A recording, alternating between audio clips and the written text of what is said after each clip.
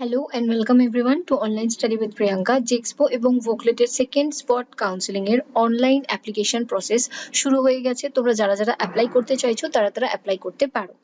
এবার এই ভিডিওতে আমি তোমাদেরকে দেখিয়ে দেবো যে কিভাবে অ্যাপ্লাই করবে, টোটাল প্রসেস কি। তার আগে বলে রাখি, দেখো কালকে যে নোটিফিকেশন দেওয়া হয়েছিল সেখানে কিন্তু online application form fill up দেখিয়েছিল 20 থেকে 23 তারিখ পর্যন্ত, কিন্তু এখানে লেখা দেখাচ্ছে যে last date of application is 22/10 অর্থাৎ 22 তারিখ দেখাচ্ছে। তো সেক্ষেত্রে তোমাদের সকলকে বলবো যারা অ্যাপ্লাই করতে চাইছো তারা 20, 21 এবং 22 এই 22 ডেটটাকে ধরেই কিন্তু তোমরা সকলে অ্যাপ্লাই প্রসেস কমপ্লিট করে নিও। অ্যাপ্লাই করার জন্য তোমাদেরকে ক্লিক টু অ্যাপ্লাই এই বাটনে ক্লিক করতে হবে। এরপরে তোমাদের সকলকে নিজেদেরকে রেজিস্টার করতে হবে।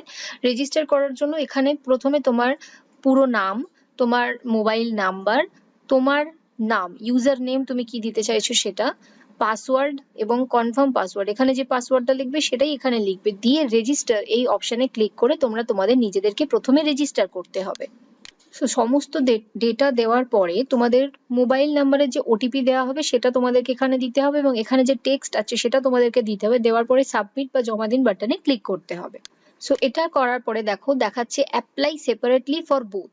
তো যে সমস্ত স্টুডেন্টসরা জেক্সপোর জন্য অ্যাপ্লাই করতে চাইছো সেটার জন্য তোমাদেরকে অ্যাপ্লাই করতে হবে, এবং যারা ভোকলেটের জন্য অ্যাপ্লাই করতে চাইছো তার জন্য আলাদা করে অ্যাপ্লাই করতে হবে। কোনো যদি স্টুডেন্ট চাও জেক্সপোর স্পট কাউন্সিলিং এবং ভোকলেটের spot counselling, second spot counselling দুটোতেই পার্টিসিপেট করতে, সেক্ষেত্রে কিন্তু তোমরা দুটোতেই করতে পারবে। দেখো এখানে আবেদন, আপনি একই ব্যবহারকারী অ্যাকাউন্ট থেকে জেক্সপো এবং ভোকলেট উভয় আবেদনপত্র পূরণ করতে পারবেন, অর্থাৎ তোমরা জেক্সপো এবং ভোকলেট দুটোই করতে পারবে। তো এক্ষেত্রে তোমরা জেক্সপো করতে চাইলে জেক্সপোতে ক্লিক করবে, ভোকলেট করতে চাইলে ভোকলেটে ক্লিক করবে।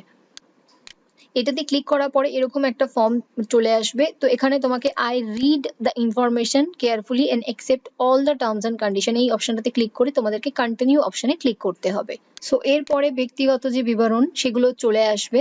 তো তোমাদেরকে সমস্ত কিছু এখানে ডিটেলস সিলেক্ট করতে হবে। তোমার গার্জিয়ানের নাম, মেল, ফিমেল, ইন্ডিয়ান, সেটা সিলেক্ট করবে। তোমার যদি কোনো রকম কোনো ক্যাটাগরি থাকে, এসসি, এসটি, জেনারেল, সেটা এখানে সিলেক্ট করবে। তোমাদের যে ধর্ম সেটা তোমরা সিলেক্ট করবে। ফিজিক্যালি হ্যান্ডিক্যাপড ইয়েস কি নো সেটা সিলেক্ট করবে। ল্যান্ড লুজার কোটাতে তুমি আছো কি না সেটা সিলেক্ট করবে। টিউশন ফি ওয়েভারার, অর্থাৎ তোমার পরিবারের বার্ষিক আয় যদি 2 লাখ টাকার নিচে হয় সেক্ষেত্রে তুমি কিন্তু টিউশন ফি ওয়েভারার স্কিমের জন্য অ্যাপ্লাই করতে পারবে। ইয়েস কি নো সেটাতে ক্লিক করবে। এক্স সার্ভিসম্যান অর্থাৎ প্রাক্তন সামরিক কর্মীর তুমি সন্তান, হ্যাঁ কি না সেটা সিলেক্ট করবে। তারপর হচ্ছে তোমার জন্মের তারিখ, প্রথমে ডেট, তারপরে মান্থ, তারপরে ইয়ার, তারপর হচ্ছে তোমার আধার নাম্বার, এবং তারপর হচ্ছে তোমাদের অ্যাপ্লিকেন্টের ইমেল আইডি। তো এটা কিন্তু দেওয়া জরুরি। তো এই সমস্ত তথ্যগুলোকে পূরণ করার পরে সাবমিট বাটনে তোমাদেরকে ক্লিক করতে হবে। ওটা সাবমিট করার পরে তোমাদেরকে তোমাদের ঠিকানা, সাব ডিভিশন, ডিস্ট্রিক্ট বা জেলা, রাজ্য এবং পিনকোড, এই তোমাদের সমস্ত ঠিকানাটা দিয়ে তোমাদেরকে সাবমিট বাটনে ক্লিক করতে হবে। এটার পরে তোমাদেরকে তোমাদের যে এডুকেশনাল কোয়ালিফিকেশন সেটা দিতে হবে। আমি এখানে তোমাদেরকে মাধ্যমিকেরটা অ্যাপ্লাই করে দেখাচ্ছি। তো মাধ্যমিকের যে তোমাদের কোন বোর্ড থেকে তোমরা মাধ্যমিক দিয়েছো সেটা তোমরা এখানে প্রথমে সিলেক্ট করবে। West Bengal board of secondary education. এরপর হচ্ছে তুমি কোন ইয়ারে পাস করেছো সেটা, তোমার মাধ্যমিকের যে রেজিস্ট্রেশন নাম্বার সেটা, তোমার মাধ্যমিকের রোল নাম্বার এখানে সেটা দেবে। টোটাল কত নম্বরে পরীক্ষা দিয়েছো, টোটাল কত পেয়েছো এবং টোটাল যে তোমাদের পার্সেন্টেজ সেটা এখানে তোমরা দেবে।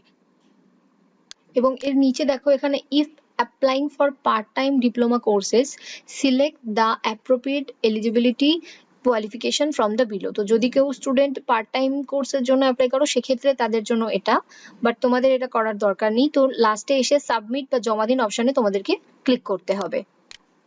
এবং এখানে একটা জিনিস তোমরা দেখে নাও যে applicant has to take the print out of the application form.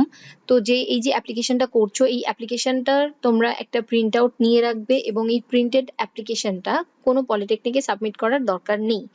আর তোমরা যারা অ্যাপ্লাই করছো তাদেরকে চয়েস ফিলিং করতে হবে 25 এবং 26 অক্টোবর। চয়েস ফিলিং না করলে কিন্তু কোনো স্টুডেন্ট সেকেন্ড স্পট কাউন্সিলিং বা অ্যাডমিশনে কিন্তু অংশগ্রহণ করতে পারবে না। অর্থাৎ যদি তুমি অ্যাপ্লাই করলে কিন্তু চয়েস ফিলিং করলে না, তাহলে সেক্ষেত্রে কিন্তু সেকেন্ড স্পট কাউন্সিলিং এ তুমি অংশগ্রহণ করতে পারবে না।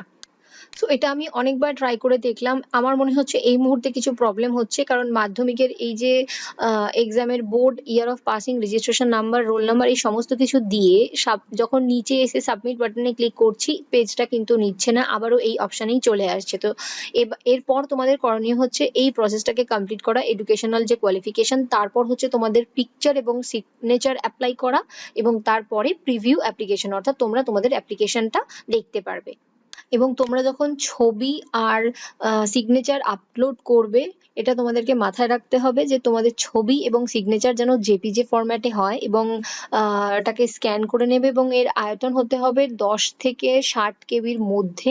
তোমার যে ছবি তুমি আপলোড করবে সেটার হতে হবে 10 থেকে 60 কেবির মধ্যে, এবং তুমি যে সিগনেচার অ্যাপ্লাই করবে সেটা হতে হবে 5 থেকে 30 কেবির মধ্যে।